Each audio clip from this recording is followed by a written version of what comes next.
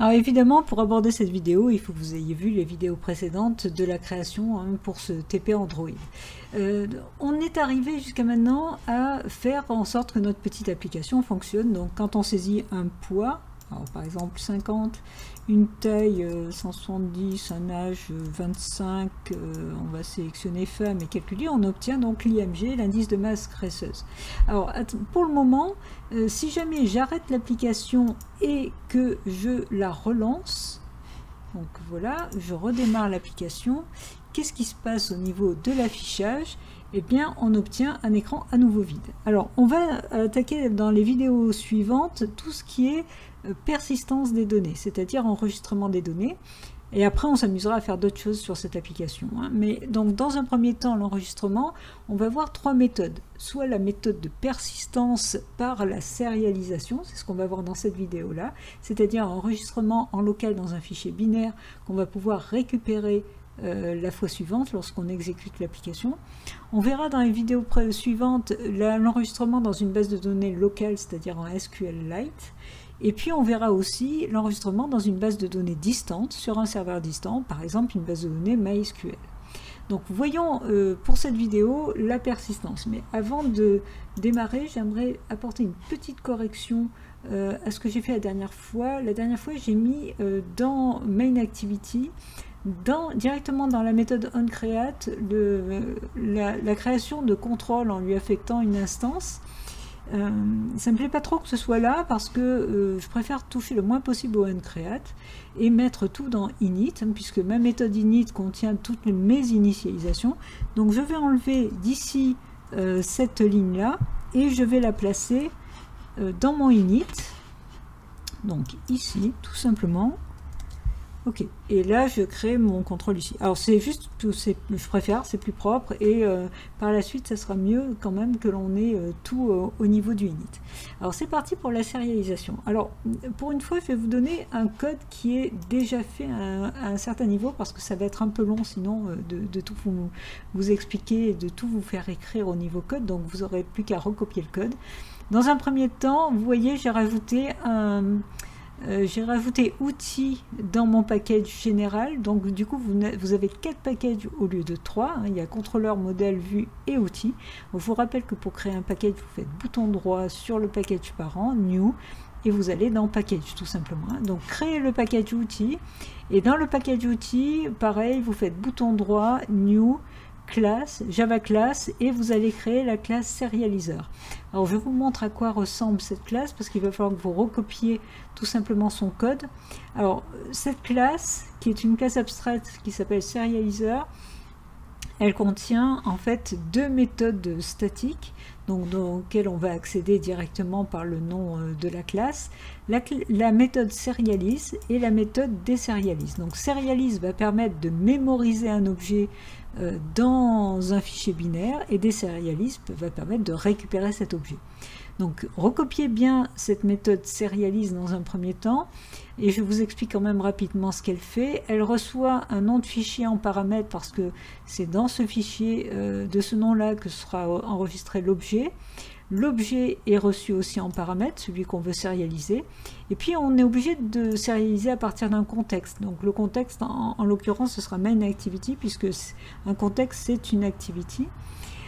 Que fait cette méthode? Eh bien, dans un try-catch, parce qu'au cas où il y aurait un souci, parce que dès qu'on accède à l'extérieur, à des fichiers ou à des flux vers un serveur distant ou je ne sais quoi, il peut y avoir des soucis.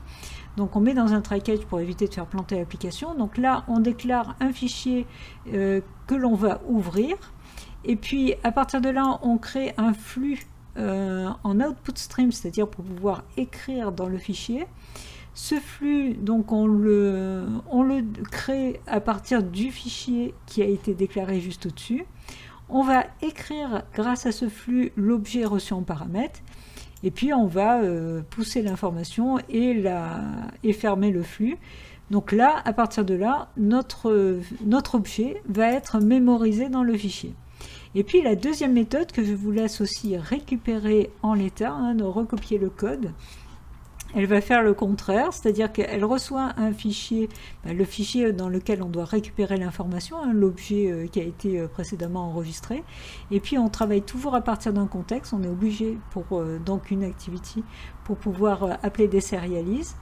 À partir de là, on va pouvoir ouvrir le fichier en input, donc en lecture. On crée encore un flux en input stream ou à partir du fichier, donc un flux qui va permettre d'accéder au contenu du fichier. Du coup, on peut récupérer dans Object, qui est de type Object. Pourquoi? Parce que on ne sait pas précisément quel est le type qu'on va récupérer. L'intérêt de cette classe que je vous donne là, c'est que vous allez pouvoir l'utiliser dans n'importe quelle application. Il y a un côté réutilisabilité qui est quand même assez intéressant. Donc là, avec readObject, on va lire le flux qui est dans le fichier, et puis vous voyez, on ferme le flux et on return l'objet. Donc l'application, l'activity va pouvoir récupérer l'objet qui a été désérialisé. Puis après, vous avez les catchs classiques, hein, suivant les cas de problèmes qu'on aura pu rencontrer. Et s'il y a un problème quelconque, c'est-à-dire genre par exemple le fichier qui n'existe pas, file not found exception par exemple, eh bien vous retournez nul. Donc à ce moment-là, l'objet qu'on récupère est à nul. Alors tout en haut, vous avez les imports, mais de toute façon, ils vont se générer automatiquement au fur et à mesure que vous allez écrire la classe. Voilà, c'était pour vous présenter cette classe que je vous laisse récupérer en l'état. Et maintenant, on va pouvoir vraiment utiliser cette classe pour sérialiser le profil, parce que ce que l'on veut, c'est que lorsqu'on va relancer l'application, eh bien le profil va automatiquement, les informations qu'on avait précédemment saisies vont automatiquement se réafficher. Hein. C'est juste une mémorisation d'un seul profil. On pourrait en mémoriser plus, mais pour le moment, on va juste voir la méthode. Ok, donc là, on va aller dans la classe profil, parce que l'air de rien, l'objet qu'on veut mémoriser, c'est l'objet de la classe profil.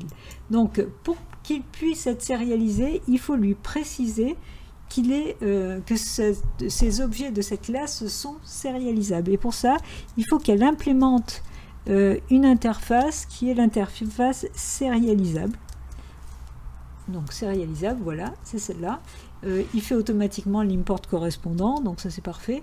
Donc n'oubliez pas ça, hein. À chaque fois que vous voulez sérialiser une classe, il faut absolument qu'elle implémente l'interface sérialisable pour pouvoir être utilisée.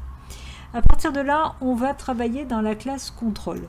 Alors dans la classe contrôle, on a besoin déjà dès le début de déclarer un fichier, enfin ou plutôt un nom de fichier, puisque c'est dans un fichier qu'on va faire les enregistrements. Alors dans une variable de type string, je vais l'appeler nonfic, et je vais directement lui affecter un nom de fichier, donc je vais l'appeler par exemple saveprofil. Voilà. Le nom n'a aucune importance, évidemment, vous pouvez l'appeler comme vous voulez. Et à partir de là, donc, on veut, dans un premier temps, ce qu'on veut, c'est sérialiser l'information. Alors, à quel moment il est malin de sérialiser, donc d'enregistrer le profil? Ben, a priori, au moment où on le crée. Donc, je vais aller dans la méthode créer profil. Et dans cette méthode, je vais donc ajouter la possibilité donc, de sérialiser le profil que je viens de créer. Donc pour ça, j'appelle serialize de la classe serializer. Alors c'est une méthode qu'il faut appeler à partir, une méthode statique, donc je dois l'appeler à partir directement du nom de la classe. Donc j'appelle, vous voyez, en faisant serializer point, j'accède à soit serialize, soit déserialize. Donc j'appelle serialize. Serialize, qu'est-ce qu'il attend en premier? Un nom de fichier. Ben, je vais y envoyer nonfic que je viens de créer. Ensuite, en second, il attend l'objet à sérialiser. Ben, l'objet à sérialiser, c'est profil, celui que je viens de créer. Et puis en troisième, il attend un contexte. Et là, dommage, on n'a pas de contexte. Et en plus, on est dans contrôle. On n'est pas dans main activity. Or, il nous faut absolument un contexte. Il me faut un contexte. Alors, d'où je sors ce contexte? Eh bien, j'ai besoin de le recevoir en paramètre, tout simplement. Donc, je vais rajouter un paramètre de type contexte, et que je vais appeler contexte. Alors vous doutez bien que, alors maintenant là, contexte, vous voyez, il est content, mais là où ça va être nettement moins bien, c'est lorsque main activity appelle créer profil. Donc si je vais dans main activity, vous voyez, il est souligné en rouge parce qu'il n'est pas content. Et vous voyez ici, j'ai une petite barre rouge, donc si je clique dessus, je vais directement sur la ligne correspondante. Effectivement, quand il appelle créer profil, il n'est pas content, c'est en rouge parce qu'il manque un dernier paramètre, et le paramètre, c'est le contexte. Or, je suis dans un contexte, puisque je suis dans main activity. Donc il suffit que je lui mette this, c'est-à-dire que je lui envoie lui-même, et vous voyez, il vous précise d'ailleurs le type du paramètre. Donc si je lui envoie this, il sera content parce qu'il va recevoir le contexte, et là du coup, dans contrôle, il reçoit le contexte qu'on peut utiliser au niveau de la sérialisation. Alors maintenant, il faut que je m'occupe de la récupération justement de l'objet sérialisé. Donc je vais créer une nouvelle méthode que je vais appeler récup serialize. Donc je la mets en privé. Elle ne retourne rien. Je vais l'appeler récup serialize. Je vais y arriver. Serialize. Voilà. Et encore une fois, elle a besoin évidemment d'un contexte, puisque on va se retrouver exactement dans la même situation. D'ailleurs, au cas où même je ne vais pas le mettre, et vous allez vite voir le problème. Voilà, donc là, j'ouvre les accolades, et dans l'objet profil, puisque je vous rappelle que la méthode deserialize retourne un objet, je vais récupérer l'appel de serializer. Cette fois-ci deserialize. Il attend un nom de fichier en premier, donc je lui envoie nonfic. Voilà.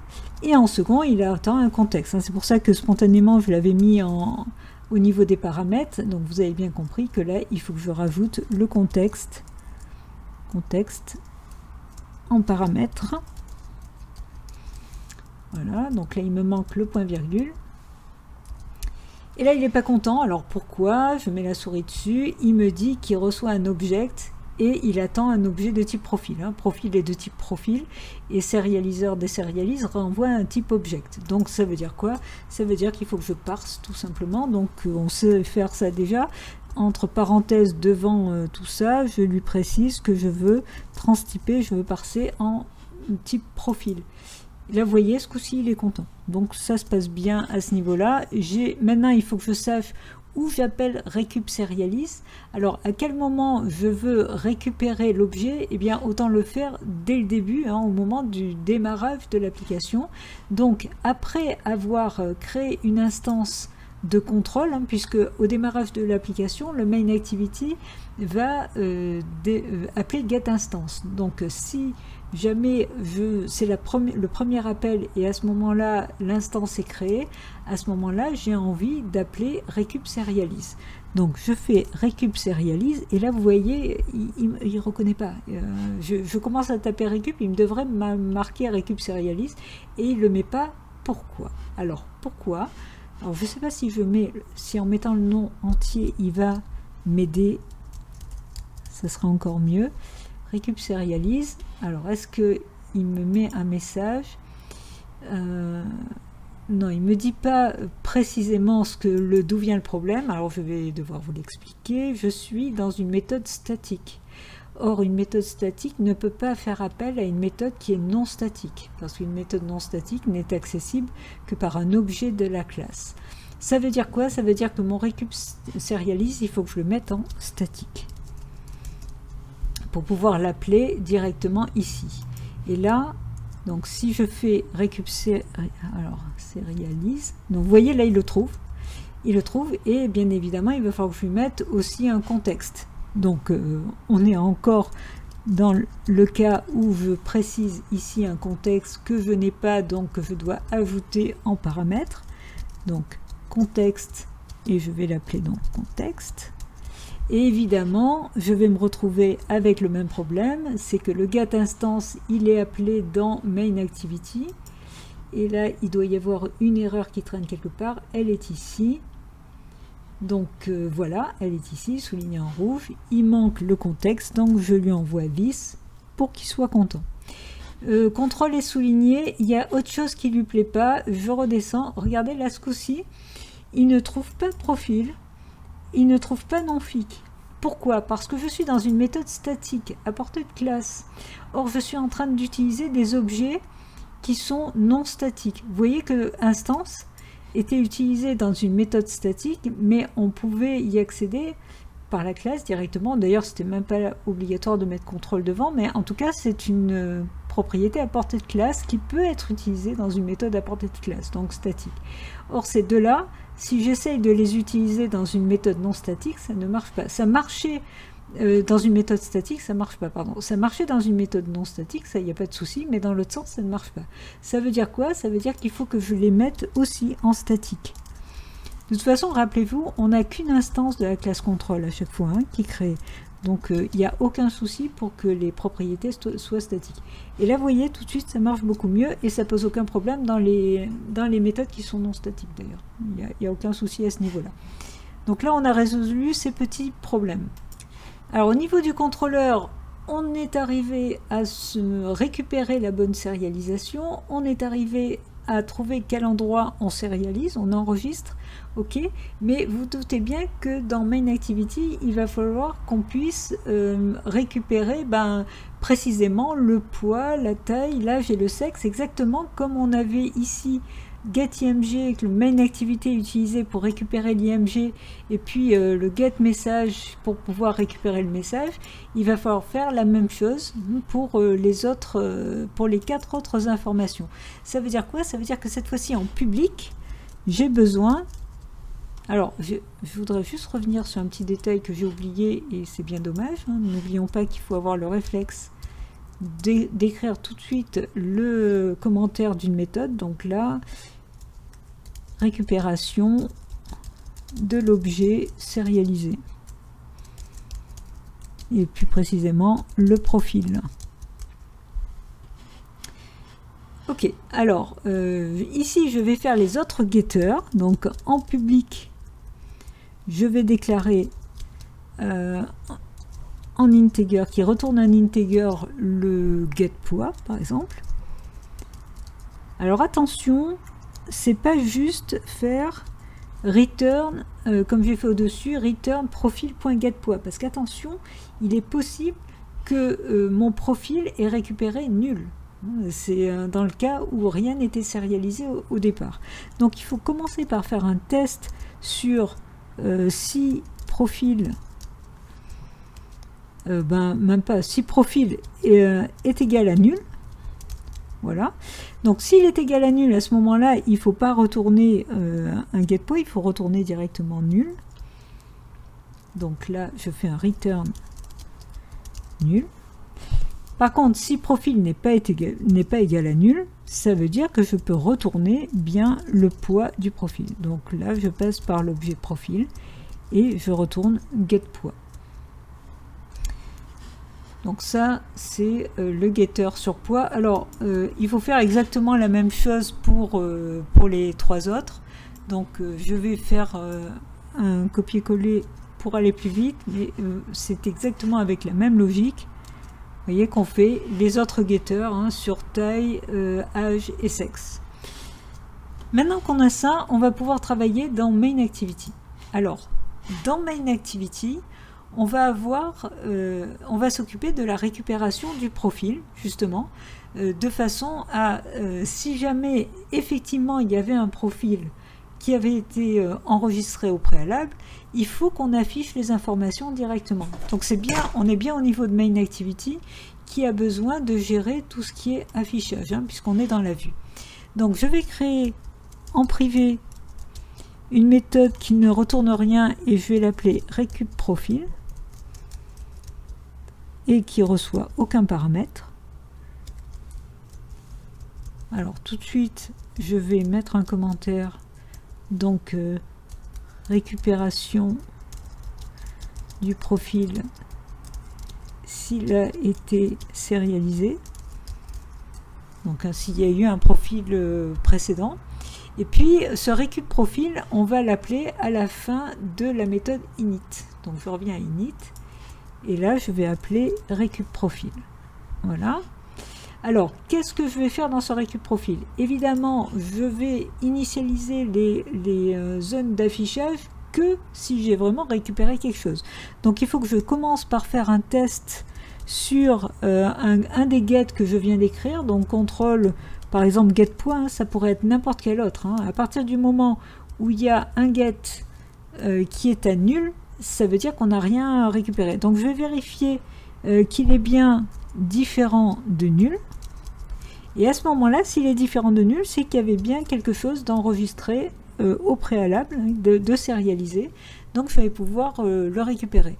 Alors comment je fais? Alors je vous rappelle que mes objets graphiques, par exemple TXT-Poids, je vous remonte un petit peu plus haut, ils ont été initialisés avec, enfin liés directement avec les objets graphiques de mon interface. Donc directement dans TXT-Poids, je vais pouvoir modifier son contenu avec le setter setText, et dedans, eh bien, je lui affecte, j'ai mis une parenthèse de trop, voilà, je lui affecte la récupération à partir de mon contrôleur du poids, hein, de getPoids. Alors là, il va falloir lui préciser, parce que getPoids va récupérer en fait un entier. Je vais le transformer avec toString pour pouvoir l'insérer dans cet texte qui attend une zone de texte. De même, je vais faire la même chose pour la taille et l'âge. Donc je vais coller les deux lignes correspondantes parce que voilà, hein, c'est exactement la même chose pour la taille et l'âge. Alors par contre pour le sexe c'est un petit peu différent, parce que le sexe, je vous rappelle, c'est un radio button. Donc il faut le checker, hein, il faut le sélectionner. Dans le cas où le sexe, donc si if contrôle .getSex, alors si c'est égal à 1, je vais sélectionner le radio bouton homme, donc rd homme, voilà, .setCheck, et je le mets à true. Bon, mais dans le cas où c'est une femme, c'est bien le RD femme en quelque sorte qu'il faut sélectionner, mais on l'a pas encore initialisé, on a créé que RD homme. Donc ça veut dire qu'il faut que je déclare ici un RD femme. Je peux pas mettre RD homme à false, ça va malheureusement pas mettre RD femme à vrai automatiquement. C'est dommage, mais c'est comme ça. Donc je suis obligé de déclarer le RD femme ici. Donc du coup, ici, évidemment, il faut que je le lie à l'objet graphique correspondant. Donc là, je fais un copier-coller de la ligne et je vais mettre RD femme. Et je vais lui affecter l'objet RD femme. Vous voyez, qui existe. Donc ça marche très bien. Et du coup, dans ma méthode, eh bien, avant le if, je vais tout simplement par défaut initialiser rdfem à cocher, donc le setCheck, je vais le mettre à true. Oula, true. Ok. Donc, femme est sélectionné par défaut, et dans le cas où c'est un homme, à ce moment-là, je vais sélectionner homme, qui va du coup par défaut désélectionner femme. Quand on sélectionne, ça désélectionne l'autre, mais par contre, quand on désélectionne, ça ne marche pas. Alors, une fois que ça c'est fait, eh bien, ce qu'on aimerait, c'est que le calcul s'affiche aussi, hein, qu'il n'y ait pas juste les informations qui s'affichent. On aimerait qu'il se passe comme si on cliquait sur le bouton calculer. Et bien pour ça, on peut simuler le clic, et pour ça, il suffit d'appeler le bouton calcul. Alors, c'est toujours un find view by id. Hop, hop, hop. Alors, find, je vais y arriver. Voilà, find view by id. À l'intérieur, je lui mets l'id du bouton. Donc c'est id. Et ce que je veux, c'est le bouton. Alors c'était btn. Voilà, btn calc. Ok. Une fois que j'ai ça, eh bien, il faut que je le transtype en button pour accéder à tout ce qui concerne les boutons. Toutes les méthodes sur les boutons, et tout ça je peux le mettre entre parenthèses, hein, j'ai pas besoin de passer par un objet intermédiaire, et du coup en mettant point j'accède à toutes les méthodes spécifiques au bouton. Du coup je peux accéder au perform click. Le perform click va tout simplement provoquer le clic sans que j'ai besoin de cliquer, hein, sur le bouton. Donc ça va simuler, je vais le marquer, simule le clic sur le bouton calcul. Voilà, donc là, maintenant, théoriquement, j'ai terminé. Hein, c'est-à-dire que qu'est-ce qui va se passer lorsque je vais exécuter l'application, si je n'ai pas fait de bêtises et si tout marche bien? Eh bien, au départ, il va y avoir, lorsque le main activity, alors init, lorsqu'il crée le contrôle, ici, il va appeler donc la classe contrôle, il va appeler le getInstance, et le getInstance va automatiquement faire du récup_serialize, donc il va appeler la méthode récup_serialize qui est ici, qui va, si jamais il y a quelque chose dans un fichier, récupérer dans l'objet profil l'information, et donc va remplir toutes les informations par rapport à la classe, au modèle profil. Donc je vais avoir automatiquement le poids, la taille, l'âge, le sexe rempli. Ça veut dire qu'ensuite, dans main activity, lorsque j'ai donc le récup profil va être appelé dès le début, ici, voilà, juste après évidemment avoir créé le contrôle, et donc le récup profil va regarder si effectivement j'ai au moins un get poids, ou en tout cas quelque chose qui a été récupéré, et à ce moment-là on va automatiquement valoriser tous les objets graphiques et même faire le calcul automatiquement, déclencher le calcul. Et sinon, à quel moment va être enregistré un profil? Eh bien, c'est quand on clique sur le bouton calcul. Je vous rappelle qu'en cliquant sur le bouton calcul, on appelle la méthode créer profil. Et créer profil va s'occuper de sérialiser. Voilà, la boucle est bouclée. On va voir si tout ça, ça fonctionne. Donc, je lance l'application. Alors, l'application est lancée, pour le moment il n'y a rien qui s'affiche, c'est normal, hein, puisqu'on n'a pas encore enregistré de profil.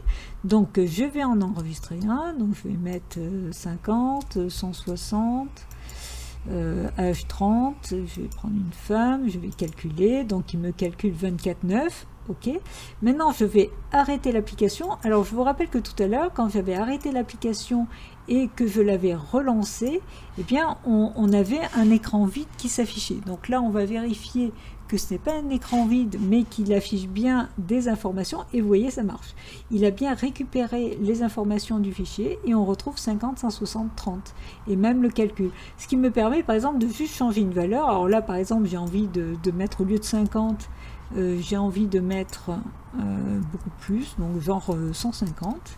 Je calcule, donc là on est passé à 71, et là pareil, si jamais j'arrête l'application et que je la relance, il va me donner la nouvelle information qui a été mémorisée. Donc au démarrage, il m'affiche 150, vous voyez, 71,8. Alors on peut même voir dans le téléphone, si je vais ici, ça se manipule un peu comme un vrai téléphone, hein, et je vais dans les settings, et plus exactement dans les applications, apps, ici, je vais dans l'application Coach, et là vous allez voir que dans les datas, j'ai 4 kg. Donc effectivement, il y a des informations qui ont été mémorisées en plus de la taille de l'application elle-même.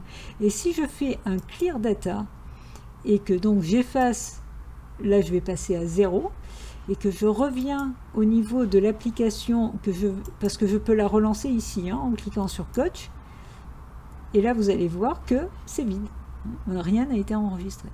Voilà, on a fini sur la partie sérialisation. On va bien sûr la prochaine fois passer donc à SQLite, donc l'enregistrement dans une base de données locale. Donc je vous dis à très bientôt et surtout pensez à coder.